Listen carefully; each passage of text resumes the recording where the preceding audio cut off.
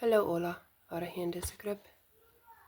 Ik hoop je een een schönen dag. Ik wil de Bibelversen Ola geven, wo de Bibel wiesen dat, wo dat geven dat, wo dat van het selfst reden. Was steht ein bisschen klingt mit andere wieder. Ich wollte nicht alle überlesen, aber es dort ein Zeichen dort selbst alle überlesen. Ich wollte die Oing in Hand schreiben, wo die Versen alle sind, aber es dort ein Zeichen dort alle selbst überlesen. Was Gott sagen wird in sein Wort. So, für die Versen Matthäus 22 bis 37, von 37 bis 39. Jesus aber sagte ihm, du sollst den Harn, dienen Gott leewen, mit den gaunzet Vestaunt. Dat is dat ieeschte en jratste Jeboot. En dat tweede is dat jlikj, du sollst die Näakjsten leewen, saust die selfst. So, 5. Mose, Kapitel 6, Vers 5. Ook in Kapitel 10, Vers 12. In Kapitel 30, Vers 6. In 5. Mose. En in Markus, Kapitel 12, Vers 29 bis 30. In Vers 33. Lukas, Kapitel 10, Vers 27. In Römer, Kapitel 8, Vers 7. In Hebräer, Kapitel 10, Vers 16 bis 17. In 1. Johannes, Kapitel 5, Vers 2 bis 5.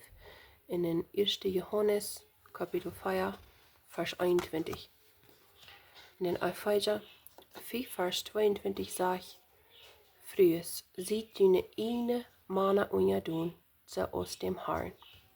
Andere Varschen wordt ook van dort, van Frues, ihre Mannen unjadon, van reden, in Gott sein Wort, als Epheser 5, Vers 24.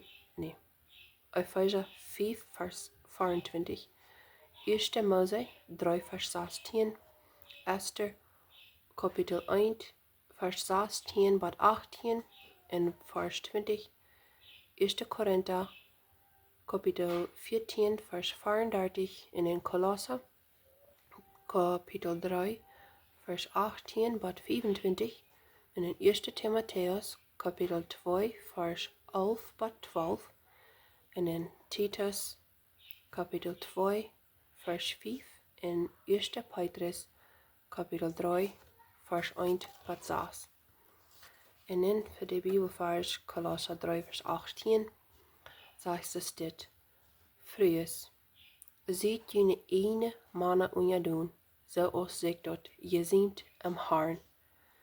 Wo de mooie ook van dort van reden deed, saust Harn en ook unjadon zijn, tijdens in een eigen man, als 1. Mose 3, Vers 16, Esther 1, Vers 20, 1. Korinther, Kapitel 11, Vers 3, en in 1. Korinther, Kapitel 14, Vers 34, en in Epheser, Kapitel 5, Vers 22 bis 24, en Vers 33, 1. Timotheus 2, Vers 12, en Titus 2, Vers 4 bis 5, en 1. Petrus, Kapitel 3, Vers 1 bis 6, en Apostelgeschichte, Kapitel 5, Vers 29, Epheser, Kapitel 5, Vers 3 en Epheser, Kapitel 6, Vers 1.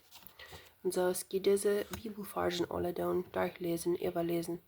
Jeder nicht näher verstehen kann, bet am Weisheit um Gott. Er sagt, ja, vor allem nicht freiwillig und so viel aus empfehlen det.